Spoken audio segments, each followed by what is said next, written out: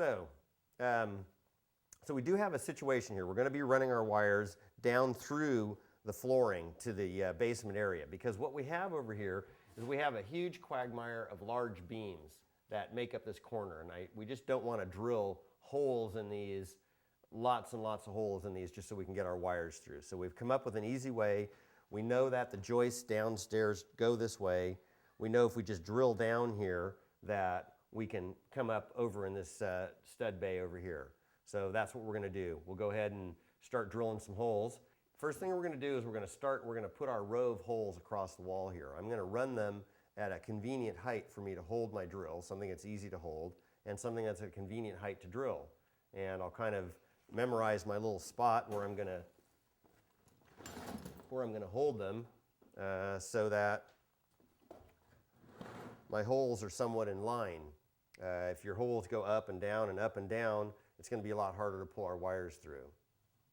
So we're going to start out, I'm going to use this height. And here we go.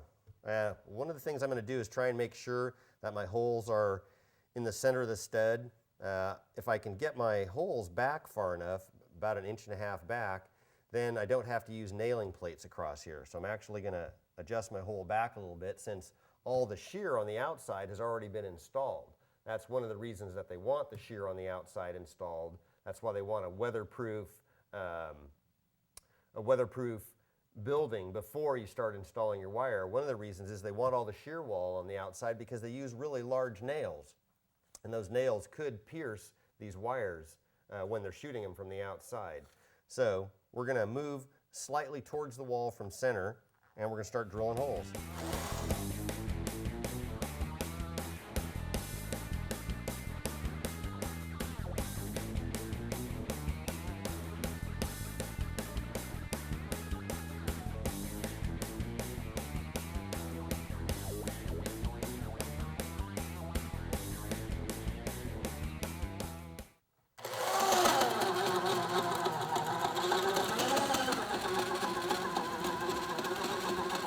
Now there is a little trick to what I'm doing right here.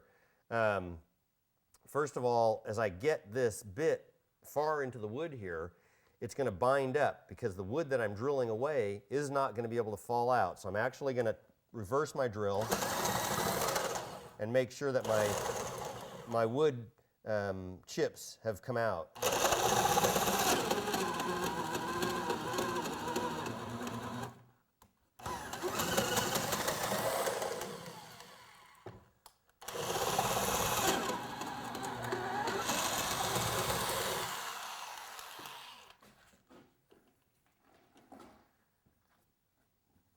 So what I need to do, or what I'm going to do, is I'm going to slip my chuck out a little bit.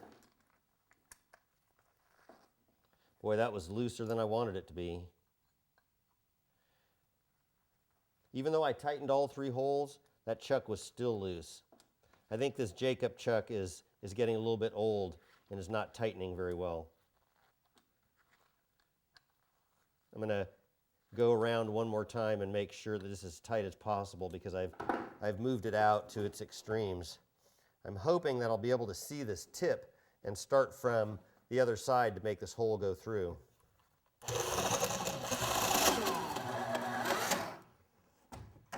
Yep, there it is right there.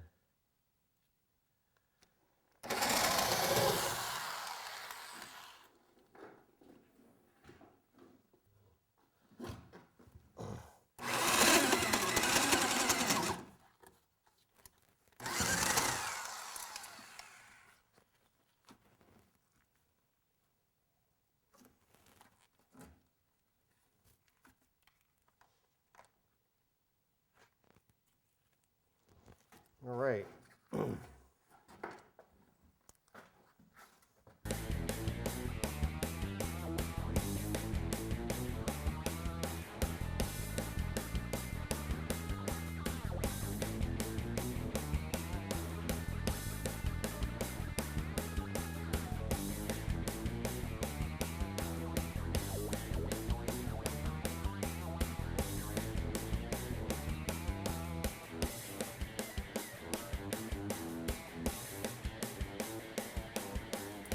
basically what I have is I have a stud bay that's just too small for me to go perpendicular to the stud. So what I did was I drilled a hole here to bypass that header so that I could run from the switch box to our outside lights. We've got an up light there, and we're going to have some lights in the walls right here somewhere also when we decide exactly where they're going to go. So I needed to get into this bay right here so that I could bypass that header. And now I'm going to go ahead and just drill straight up through the top here.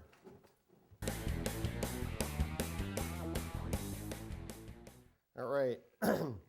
Well, as you may have noticed while I was drilling that I needed to get my tip started into the wood, and it kept kicking me out.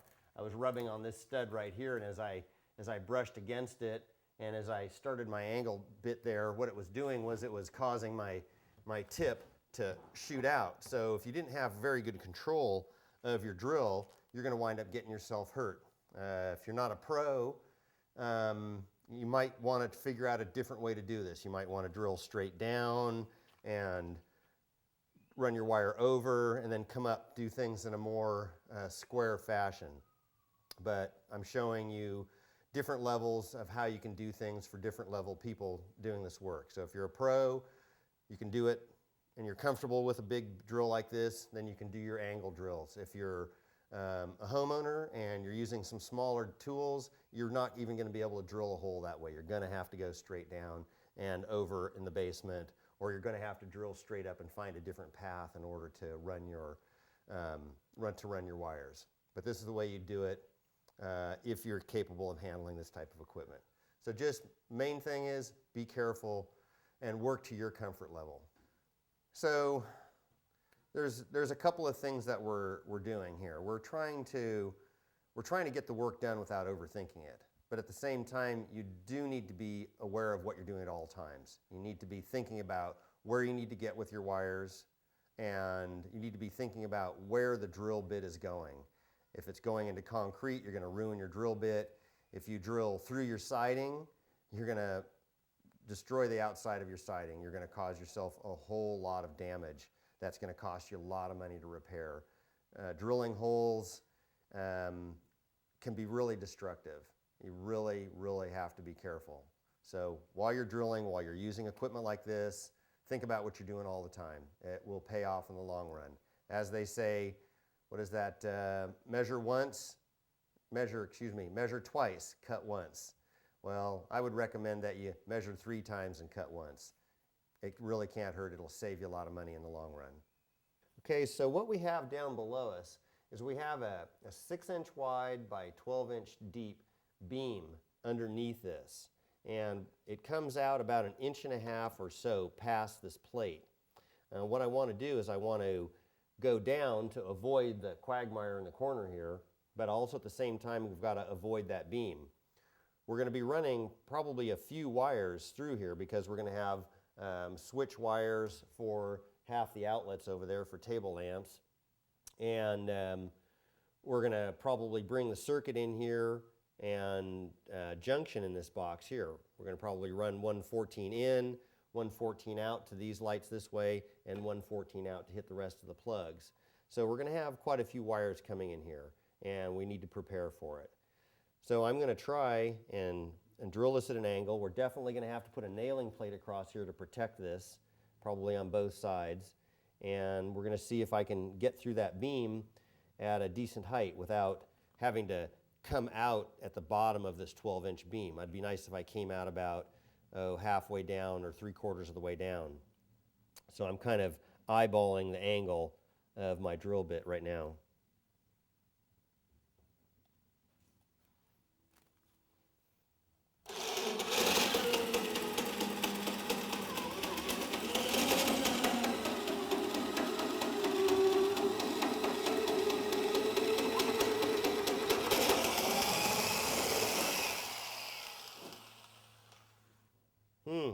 I see daylight down there. This is a good thing.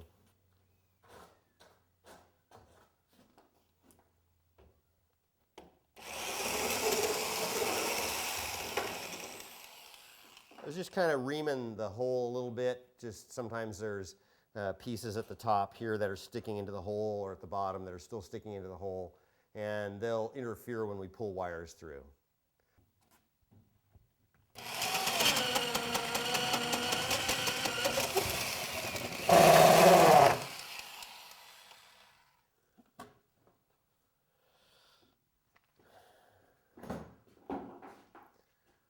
Okay, so we're ready to pull wire? Let's do it. All right, what I'm doing is I'm rolling the wire out, because if you just peel it off the roll, it'll twist, and trying to pull twisted wire is just a real pain in the butt. So I'm just rolling out my wire.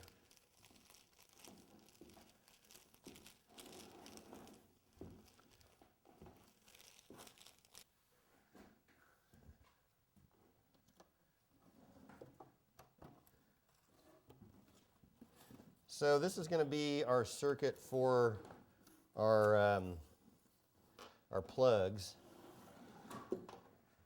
So basically I'm just leaving enough slack that I've got, at least a foot or so sticking out of my box after I staple it up. Our circuit's going to come in from that end of the building. We know that all of these boxes on this side are going to be tied into that circuit. I can't pull that wire in without going down into the basement. As a matter of fact, I think probably what I'll do is get one of my helpers to run down. I'll shove that wire down, and then we can pass it up here, and we can start making the thread through to the rest of these switches and lights here. So I just was going to move, before I go downstairs, I was just going to do everything I could get done upstairs here. I'm going to go ahead and continue my thread, or my wire, or in this case, rope. We call it roping a house. I'm going to continue my rope through the box, through the holes, up through the top plates there, up into the truss space, and then I'm going to come down into, probably come down into my switch box back there, come out of my switch box, down to my plug box, out of my plug box, down into my light switch, and out of my light switch into my upper light and my two outer lights. That's going to probably finish off this run, and I may just continue my run around and pick up my few plugs on the other side, or I may just pick it up from this side and continue over. We're just going to have a couple more plugs over there.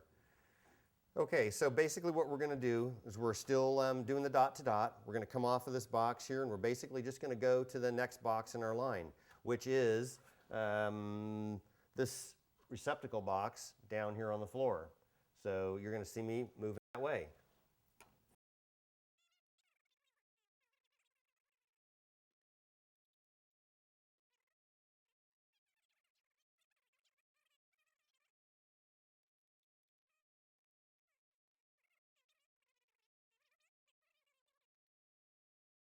So now I've actually got two wires in one place. I can go ahead and knock out the little breakouts in the boxes, put my wire in,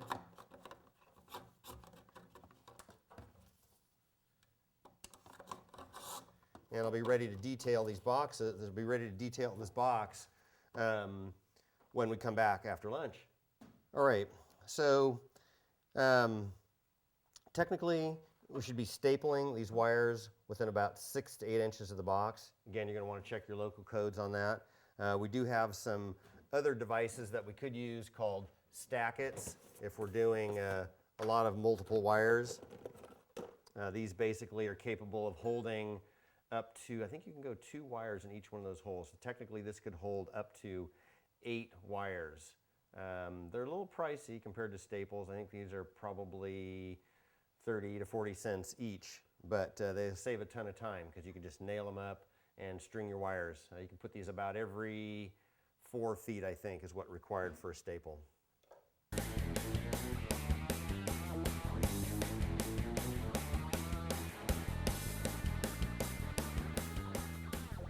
Technically, when a wire passes through a hole, it's considered stapled and passes through another hole here.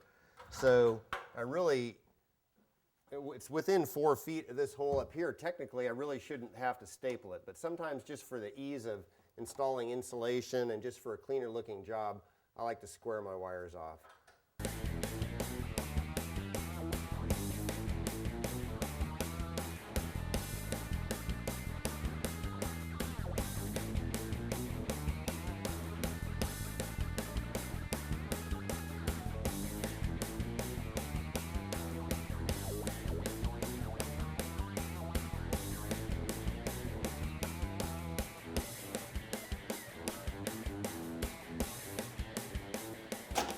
Basically, the only danger on reusing that piece of wire is it's already been stapled once and pulled out once. You can get a little damage to it, but we'll take a look at it before we put it back in. We'll use it again somewhere where we need some shorter lengths.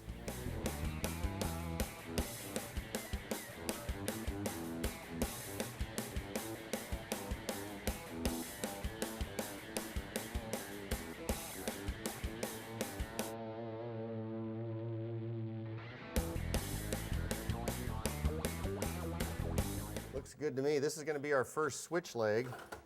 It's going to go to this light that we're going to have that the homeowner's decided to put in. It's going to light up his Cape Cod window and a little light over the deck.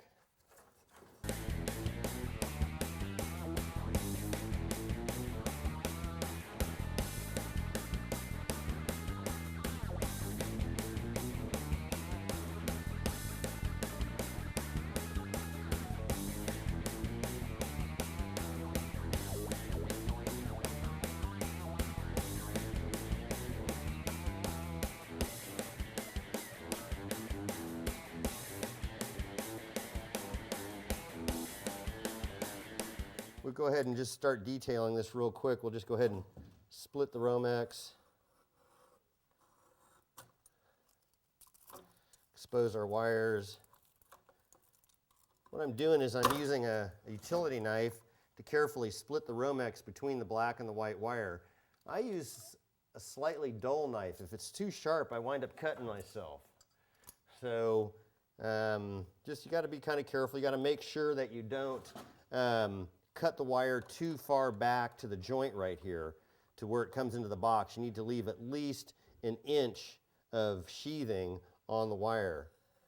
So I go ahead and split this split. They make some little tools also, Romex splitters, but they make a fancy gadget for everything. And you wind up having a whole bunch of gadgets to carry around with you, and you don't get much work done. So again, you know, if you're the homeowner and you need some little fancy gadgets to split your Romex for you, it's a little bit safer. That's not a bad thing to do. And we'll go ahead and we'll detail these wires after lunch. Detail means put the grounds together, put the grounds together, the whites and the blacks together. There's a couple of different ways of doing it. You can wire into your receptacle and out of your receptacle. I don't like that. I prefer pigtailing. Again, it takes a little bit longer, but it certainly does a lot better job in the long run. Again, some of your inspectors may require pigtail and not allow you to feed through your outlets, but that is a possibility. What we're going to do is we've got to connect these two wires together. So what we'll do is we'll clip them and then wire nut them together. We'll go into it in a lot of detail. I'll show you the methods, the stripping, the length, the amount of wire that's required, and the exact way to do it after lunch. All right, so we're just going to run this wire down through the hole that we drilled diagonally through the 6x12 beam. It goes at an angle. I've got someone down there that's going to grab this wire for us. The home run's going to go from this box here, and it's going to go home back to the circuit breaker panel. So this is going to be our junction box. We're going to have 3 wires coming into here. One going over to here, and here it is.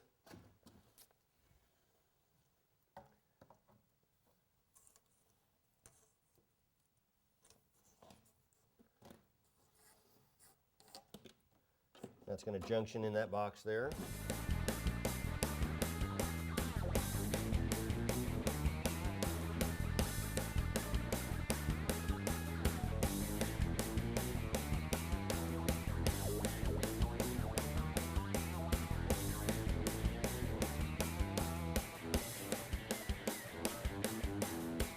point, we know that our main power is going to be coming into this box. This box is going to have a wire that runs back to the circuit breaker panel. We've already established that. So we're running from this box, we're running to the plug that's going to be next to the bed, so that's going to be on, one side of the bed.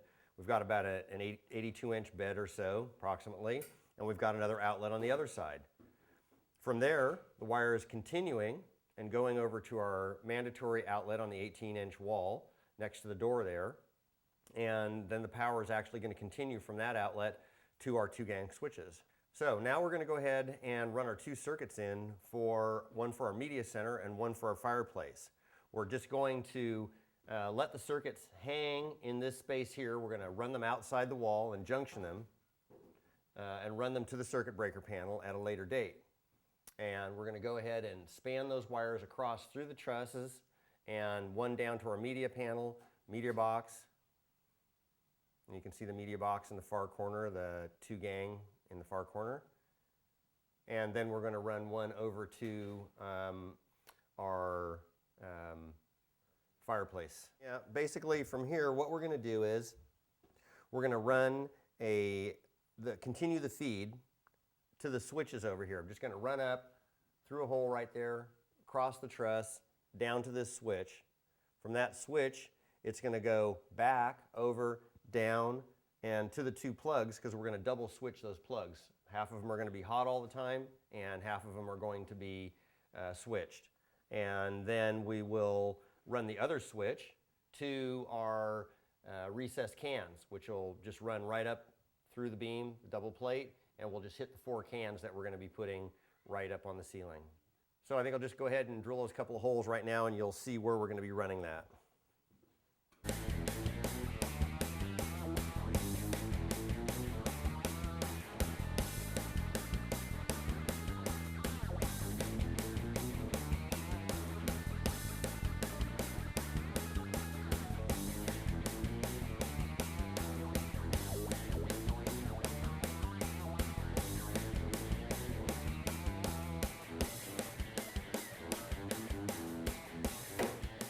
So here's a good use of these stackets, because we're going to have multiple wires coming up here. We can just pop these in there.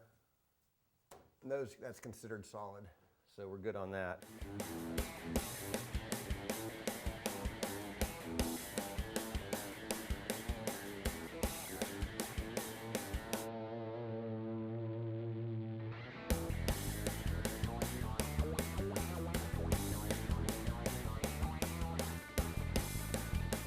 We're going to have the switch leg wire coming back down here. We've got the power leg going out. So we're just going to go ahead and use stackets.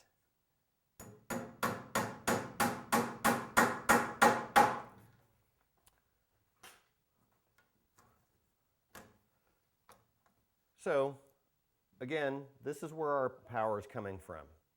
This is our hot. This is going to actually go back to the main panel. What we're doing is we're running power to the rest of the plugs in the building here.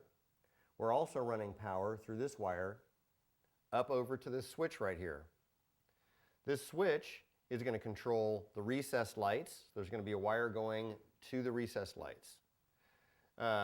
This switch is also going to control, there's going to be another switch in here that's going to control half of the duplex receptacles by the bed. So there's going to be another wire that's going to go over, come down, go through that hole, go underneath the building right here and to the 2 duplex receptacles. So this is going to be probably your recessed lights, and this is probably going to be the 2 duplex receptacles on either side of the bed.